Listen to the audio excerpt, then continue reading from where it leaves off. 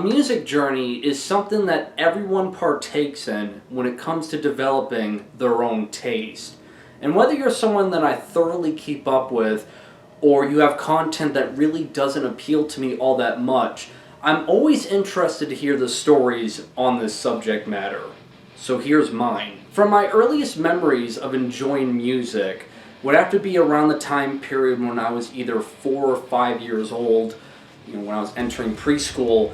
I remember having car rides with my dad from point A to point B, from visiting family or doing hobbies outside of the house. It was always music being played in his truck, which he always drives trucks. And at that point, that truck was only able to play cassette tapes. So he would usually blast U2, which is his favorite band, which I know is such a dad band, but he's always been a fan of U2. Elvis Presley was another one that he would blast a lot, because he's also a big Elvis fan. He would always mess with me because he thought this was such a rock and roll song that I thought was really cool, but it's just like, loud and, again, hectic for my standards as a 5-year-old. He would always blast Aerosmith, but he would blast specifically the song Dude Looks Like a Lady. I remember he would always put that at the max volume to mess with me, because he knew that I liked it, but I always felt in an odd way embarrassed to jam out to that song at the age of 5. But the one album I always looked forward to him playing was Depeche Mode's Violator.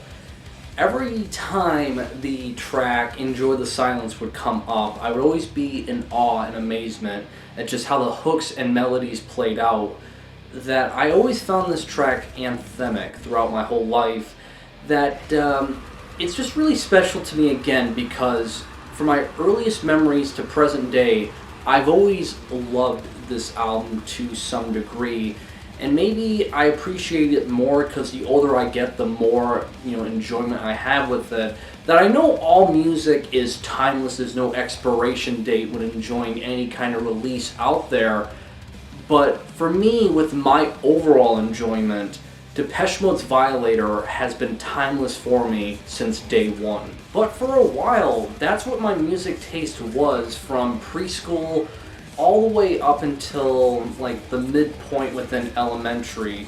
My music taste boiled down to what I heard my dad playing on the radio. And it was like that for a while. Not because I had controlling parents that monitored what I listened to, but more the fact that I put so much of my free time as a child into video games to an unhealthy amount. I was obsessed with the PS2 and Xbox 360 era, that I was really out of the loop as to what was new and happening within music. Not 10-year-olds keep up with the gossip and stuff, but just hearing the new stuff on the radio, I just didn't know anything about it.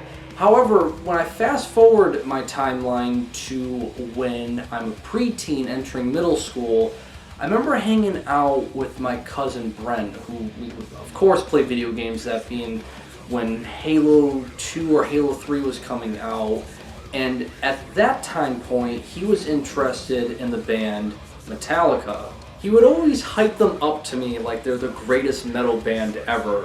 So I told that band to my dad, who of course he knew what Metallica was, and that's where he showcased to me what the Black Album sounded like. I know, not the proper place to start for most people with Metallica, but obviously it's their most mainstream successful album, and that's where I heard tracks like Wherever I May Roam, Nothing Else Matters, Sad But True, and like most people, getting their first taste of what metal is. But at that point, I wasn't sold on metal just yet. I just knew that Metallica existed and there's a thing called heavy metal. But as I got into the 7th grade, what's funny, it goes back to video games again, is that's when I got my first ever device that had an MP3 player in it, that being the PlayStation Portable. And I thought it was really cool to have a device that not only played video games, but where I can include music files within it. And again, I just plugged in everything that I knew of from either my cousin or my dad, and just, played it off of that device. But then I realized that there's so much more to add to an MP3 player than just like 7 artists. So going back down memory lane, how I expanded my music taste during that point was, I remember all the video games I played that had music attached with it, when you're on like the menu board selecting something. And I remember my PS2, I had the video game for NASCAR 2004, which, yes, my dad's also a NASCAR fan. And there was one song I always looked forward to it playing because I thought it was just so rockin' and awesome, was the single off of the debut full-length album by 3 Days Grace, that being I Hate Everything About You. And I remember plugging that into the PSP, and then I thought, well, what else is there by 3 Days Grace? And without even listening to anything, I just downloaded their whole discography, which at that point, it was just their debut full-length album, which I'm pretty sure is self-titled, and their sophomore full-length album, that being 1X. Playing it off of a whim, just thinking, alright, if that one song is good, obviously everything they've done is great, and not forcing myself, I really enjoyed those 2 albums, and still to this day, honestly, I have no shame to admit it, every once so often, I will play 3 Days Grace, because their song, Time of Dying, fucking bangs. No exaggeration when I say this, I would listen to 3 Days Grace for months consecutively. I figured, this band's giving me entertainment and all the enjoyment I need. This is all I need for music, was literally my mindset back then. And again, for like at least a good solid 3 months, it was just 3 Days Grace that I would play. But it wasn't until I met Josh, one of my friends, back in middle school, and I knew of him mainly because he was around my neighborhood. He was only like a block over from me from where I lived, and I would always see him skateboard. And the one thing he always had attached with him, whether it was on his skateboard, a wristband, his beanie, or a shirt, he would always have a heartagram somewhere on him. And I always wondered what that symbol was, and it wasn't until he told me that it's a heartagram and it's for the band Him. And at first I thought the band's name Him was just kind of funny, it's a pronoun, until he told me that it stands for His Infernal Majesty, which made it a little bit more appealing. But what really sold me about it was just how obsessed he was. And I remember going home and searching the band up on YouTube. And this was around the time where people uploaded music videos and didn't get copyright strikes.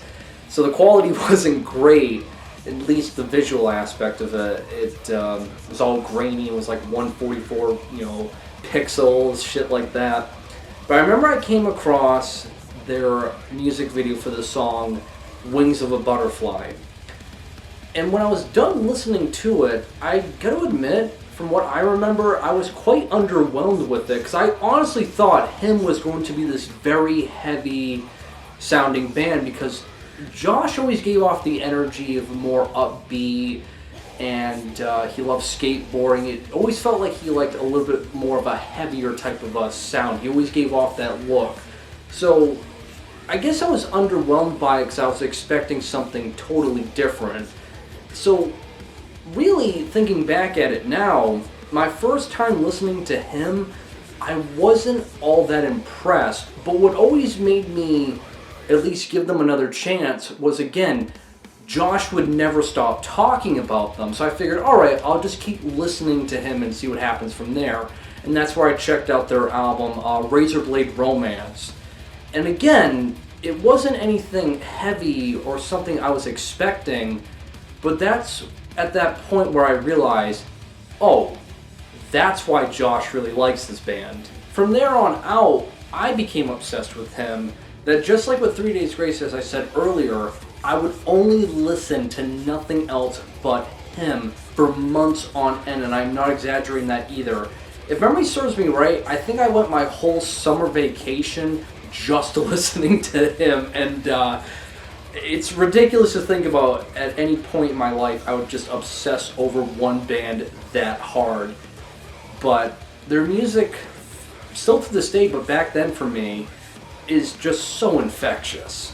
Basically, if I enjoyed a band, I would obsess over that one band nonstop. But what got me into heavier music, or at least it was the first baby step towards it, was I remember having a vacation day off of school, and obviously my parents still had to work, and they would always leave me and my sister off at either my grandparents that were on my mom's side or my vovô and vovô, which is on my dad's side because we're like full-blooded Portuguese. And they didn't really have that many channels to watch, but out of the few that did have like a clear picture, I remember one of the channels was VH1, which I always thought was just MTV, but just somehow worse. But I remember coming across VH1 because I thought, music videos, they're cool to watch, I guess. And they had this big list that was like top 100 singles ever. It was something like that. I just knew it was like top 100 singles. And I was watching it being like, all right, these are all things I've never heard of, usually pop and rap artists. But around the halfway point, either it was like, 50 or 48 or somewhere around that point, they had the single by Korn, Freak on a Leash. They played some portions of the song within the show, and I remember they all pointed out the part of when Jonathan Davis does like that beatboxing or whatever he does towards the mid portion of it, and I was just completely in awe at what I was seeing and hearing. Just, guys with dreadlocks and tattoos just like all playing heavy metal, or in this case it was nu metal. I didn't know what that was at the time.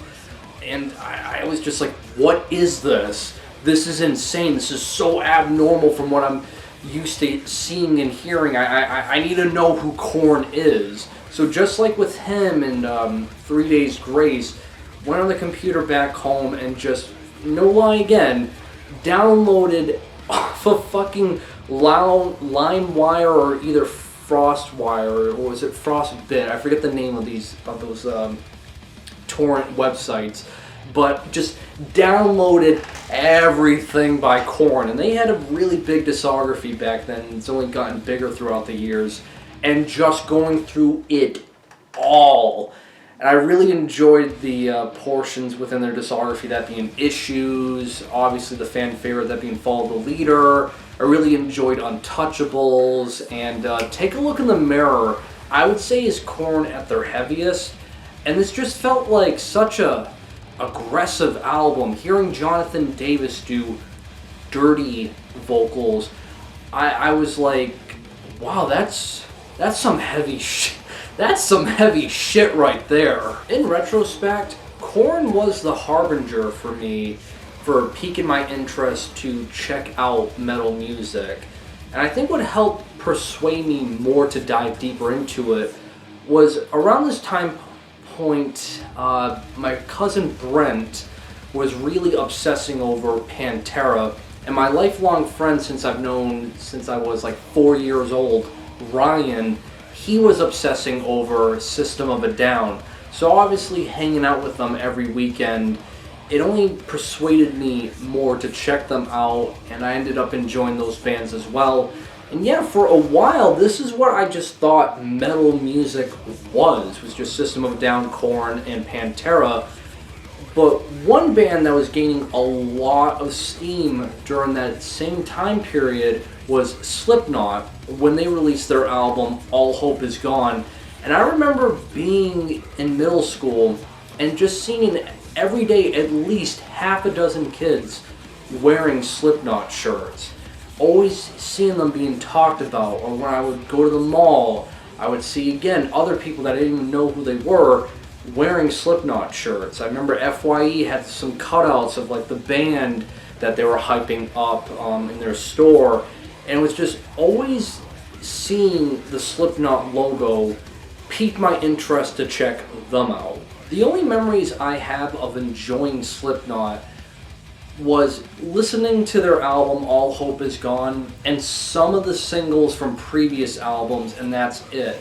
I never gave them a deep dive listen, mainly because I thought their music was quite overwhelming for me at that point. The aggression was a lot more than anything else I've heard. Blast beats and the shouting and screaming, it was just too much for me, to say the least. But I had enjoyment with them. I thought, you know, if I ever wanted to, I don't know, play video games with aggressive music to make it all the more entertaining, I would listen to Slipknot. It was basically how I kind of viewed them as. But the one thing I really thought was cool about them was their mask. And I thought, wow, I wonder if there's other bands that wear masks just as crazy and wild as them, because their getup is really striking. And that's how I came across stuff like Mushroom Head, which is the band that's often compared to Slipknot and Gwar. And, you know, I figured, hey, these are other metal bands I could check out. This is pretty neat. And I figured, all right, there's got to be more out there. And that's how I came across the Berserker. And I know I've talked about this story a handful of times already on my channel, but I came across them by accident because some list on Google listed them as one of the best metal bands that wear masks. And again, it was just metal. There was nothing else attached with it. So I figured, check this out, another metal band.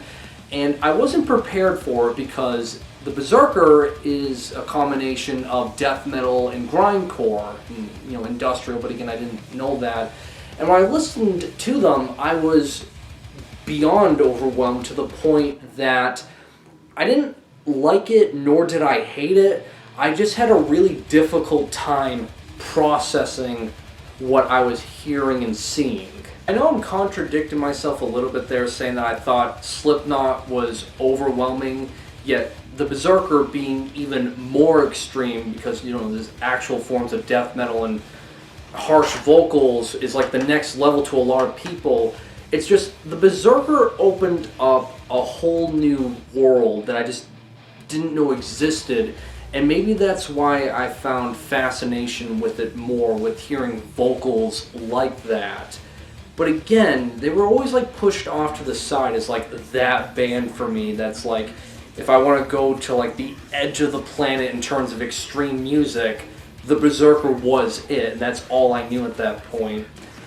And a few years after that, I think what really got me more into heavier music was, you know, now I'm a teenager, and seeing and hearing what the alternative kids at, I want to say high school now, was, you know, listening to and keeping up with, was a lot more stuff like Bring Me the Horizon, I know was a band I would see often hyped up. Asking Alexandria, The Devil Wears Prada.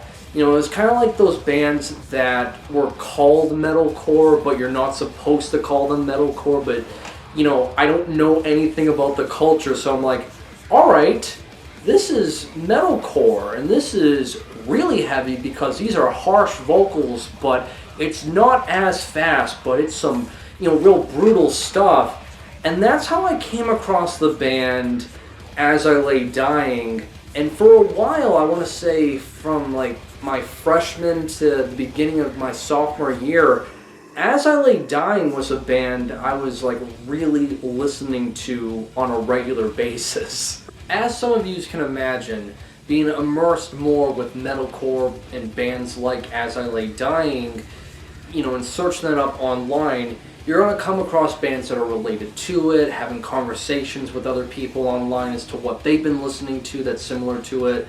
And that's how I came across the genre shortly after that, being deathcore. And this is where I really started becoming a fan of Suicide Silence, where there's still a fragment on the internet of me showcasing my fandom with Suicide Silence. That being the earliest video I have on this channel, uploaded almost 12 years ago, about when I was so upset when Mitch Lucker sadly died from his car or motorcycle accident. And yeah, wow, that's so long ago now. But yeah, Suicide Silence, I remember I really enjoyed a lot. Their debut full-length album, which I believe is The Cleansing, I thought that was some of the heaviest shit ever. Hearing the song Unanswered, I was like, wow, this is the most brutal shit on planet Earth. It can't get any heavier than this. This is extreme metal maxed out. This is this is it. This is all I need. And I remember just really being interested with deathcore bands for a while. Remember it was stuff like Carnifex, Whitechapel a bit, All Shall Perish. Who was the other one? As Blood Runs Black, I think, was one I kind of enjoyed for a bit. And a handful of others that I can't think of off the top of my head. But yeah, deathcore around like my sophomore to junior year of high school, you know, I thought it was it was the best it could get within metal. Like most people when it comes to any kind of form of extreme metal, there's a pattern. You want to check out what's deeper, what's heavier, what's, you know, out there that's yet to be explored. You want the next best thing. And like most people, I wanted to know what was heavier than deathcore. And it wasn't so much the fact of the, you know, negative response that people on the internet gave it, thinking that's an embarrassing genre, it's not a real form of extreme metal because it's a mixture of death metal and hardcore, therefore it's tainted, all that, you know, type of like snobbish type of attitude. It really wasn't anything to do with that, because that's just, again, how internet culture is, which just, you know, for a little bit of perspective, if 15-year-old me could figure that out, I'd like to at least think people in their 20s and 30s can figure that out without saying the word elitist. But anyway, I was interested to know what was the next thing. And that's where I came across a YouTuber who goes by the username, that being The Infidel Amsterdam. One of the earliest videos I came across on his channel back when he was a lot more active was his opinions on deathcore.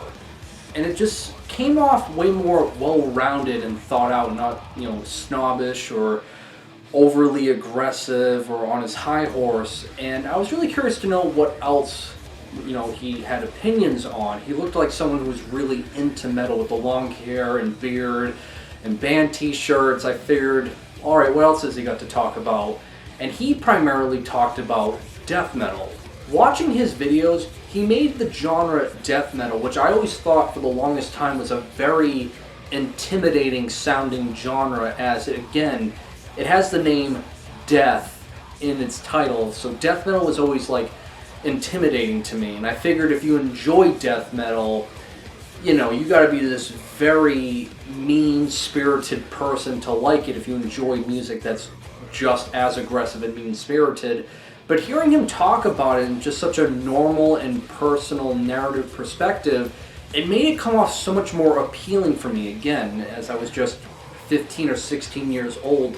I remember him talking about, you know, all the big names, like, you know, Cannibal Corpse, Amon Amarth, Immolation, Decapitated was another band he would hype up quite a bit. Death, obviously, Dying Fetus, to name a few. And one band he talked about that, you know, I'm so glad that he did, because to this day I'm still like a big fan of them, is the death metal band from the UK called Discarnate, which basically it sounds like Dying Fetus, only instead of like the technical sweeps that Dying Fetus does, Discarnate focuses a bit more on like hardcore influence, but still, again, it's awesome death metal. And what's kind of crazy to think about is going back down memory lane, Discarnate is the first ever band I bought merch from online, which is just so crazy to think about. But anyway, getting back on track here, yeah, Infidel Amsterdam's channel was a huge stepping stone for me getting into death metal. And while others may say it's stupid and dumb and pointless to hear out other people's opinions online, that he's just a tastemaker, you know, think for yourself, find out the music that's already out there and just be your own, you know, judge as to what music is. Again, it's really what sells it for me with Infidel Amsterdam is when you're 15 years old and you have no idea where to start within death metal, because let's all be honest, the amount of music that's in this genre is very expansive and kind of intimidating by itself by the number of releases you can check out. You just don't know where to start. Infidel Amsterdam's videos was, you know, guidance for me to say, and it really helped shape my enjoyment for death metal all the more. At that point, I was obsessed with death metal, always wearing band shirts of death metal bands, remembering the Berserker and adding them to my playlist, and just listening to all the big names within death metal all the time, and just coming off as a fan of, death metal, even at school. And I think because of that, giving off that look, the best way I could at least, I remember having a classmate in my geometry class, and he looked at me with, the long-ish hair I had at that time, and wearing some death metal shirt, I can't name exactly which one, and he looked at me and he said, you look like someone who listens to the band Gorgoroth. I remember laughing at him thinking, what the hell is that? That's such a funny name, Gorgoroth. Had no clue who they were, and it was so odd that someone like him would say that to me, because he was really into reggae music, this, classmate I had. He was just like, yeah, do you know the band Gorgoroth? You look like you enjoy them. And I'm like, well, I'll check them out because that name sounds ridiculous. And I remember, again, going back on YouTube, searching up Gorgoroth, and I came across their music video for their song, that being Carving a Giant, and being just in disbelief once again at what I was hearing and seeing, because Gorgoroth is my first ever taste of black metal, and at that point I didn't know what black metal was. I just figured, wow, this is a really different version of death metal. Was what I thought, like seeing them with face paint and like, the crucified people and the goat heads and the flames. I was like, wow, this is different, really harsh, but just not my thing. But yeah, Gorgoroth was my first ever taste of black metal without even knowing it. Later on, I figured out what black metal was, and every once so often I would try to dip my feet within the realms of black metal to see if I would like it. I would check out a Burzum song or a Mayhem song here and there, and I just thought it was too raw, it was too harsh, it was too, noisy. It just wasn't anything I could enjoy. It's like it's just noise at that point. I didn't really like it at all. And for a while, yeah, I was just immersed within death metal more and more. And every once so often I would deviate a little bit with thrash metal, stuff like Creator, Slayer, and again, just all like, the big names within that style of music. But I think what really got me interested, at least with black metal, was when I started doing YouTube. And what really influenced me, or at least gave me motivation to do YouTube, was I remember there was this YouTuber who, I don't think he's active anymore, but it was EQP TV. And what motivated me with what he would do is not so much of how good he was on the camera, which he was well spoken and everything, but he was slightly younger than I was when he was active on YouTube. And it made me think, wow, you don't have to be an adult to be on YouTube. You just need a camera and a voice and something to talk about, and there you go. And from there on out is where I started being active on YouTube with this YouTube channel, that being, of course, WyattXM. Now, I'm probably the harshest critic towards myself out of anyone else here in this world, but looking back at YouTube when I started out in 2014 and the beginning of 2015, I cringe so much because, I just didn't have a sense of direction.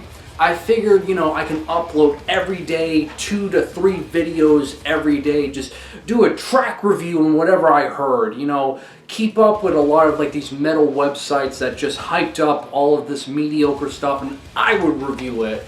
And what was the selling point is the fact that I'm talking about it on the internet. That was really like my mindset for quite a bit.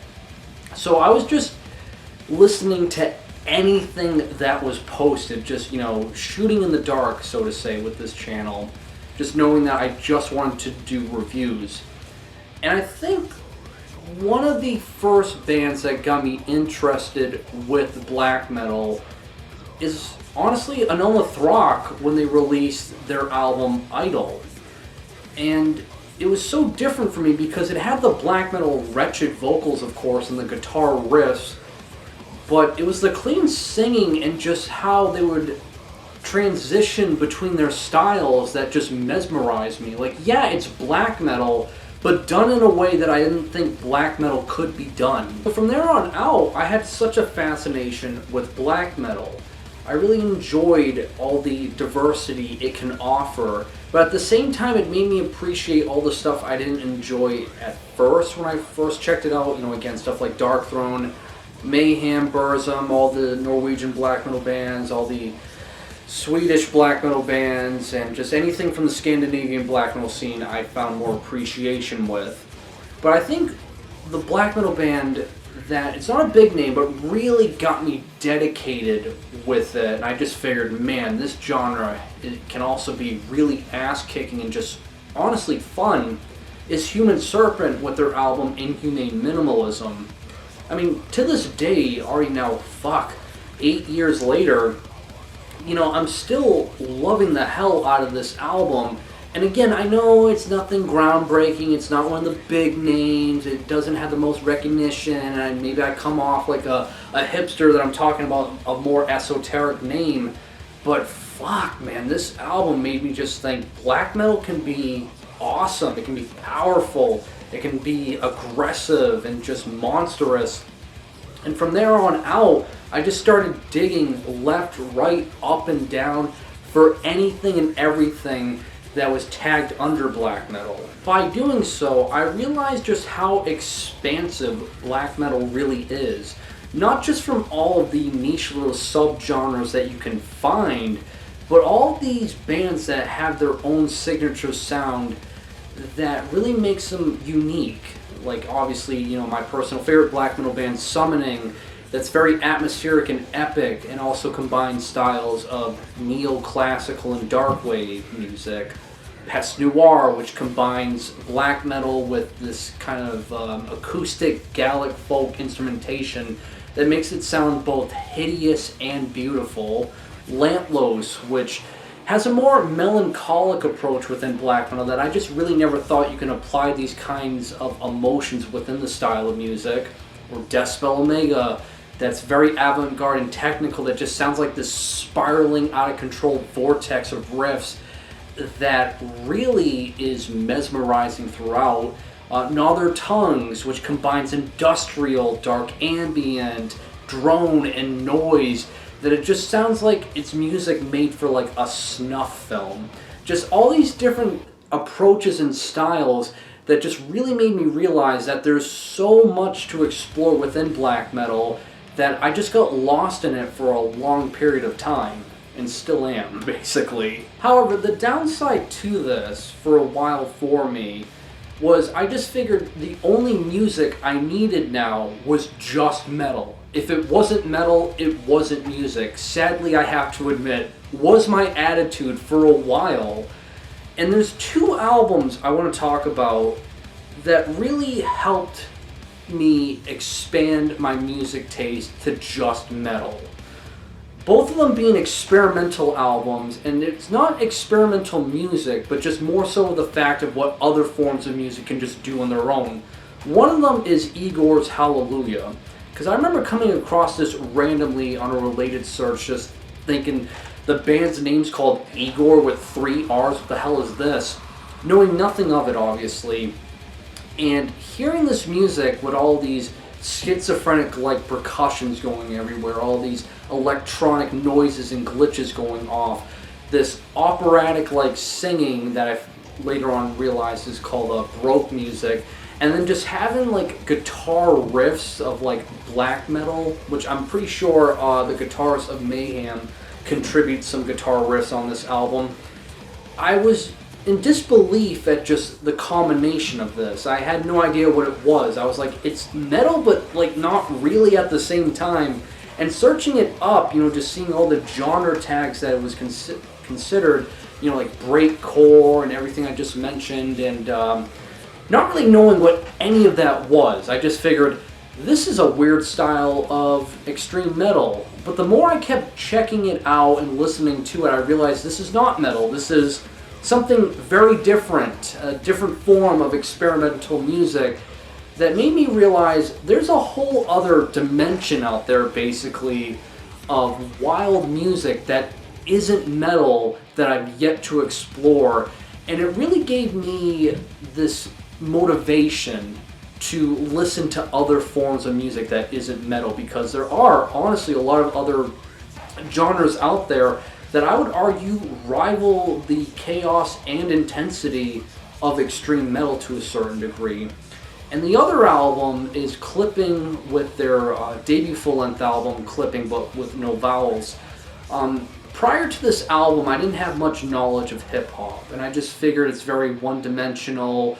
All the cliches attached with hip-hop, I'm going to find it within this album. And I know that's insanely close-minded of me to say, but I think what gave me the, idea and motivation to check this out was it was considered noise hop, which is just, obviously hip hop mixed with noise music. It was a different form of experimental music. And I guess I figured, all right, what's this combination going to sound like? And I was just head over heels for this album when I first heard it. I thought it was just so incredibly infectious. And I remember listening to it religiously, just memorizing every single verse that David Diggs delivers, and just I was obsessed over it.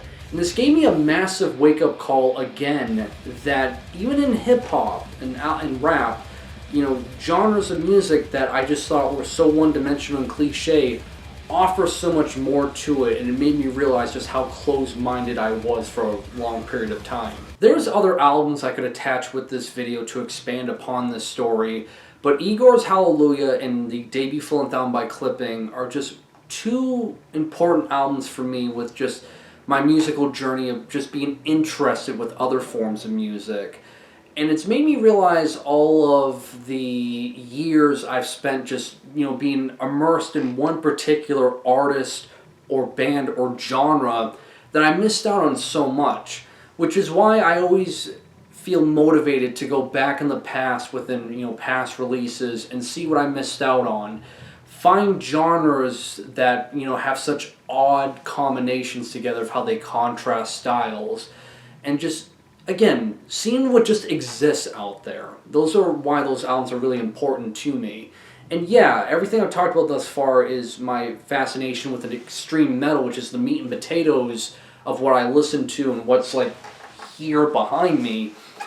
But I'm always fascinated to know what styles of music from, the past, whether it be 50 years ago or 5 years ago, can challenge my taste and knowledge of what I perceive of what music can do. And that'll do it for this video, guys, of my music journey. Really curious to know what are some albums or stories you could provide that really help develop your overall music taste, regardless if it's metal related or not. Very curious to know, because it's always interesting to hear it. And yeah, guys, other than that, make sure, like always, guys, you drink plenty of water to stay hydrated, and have a great day.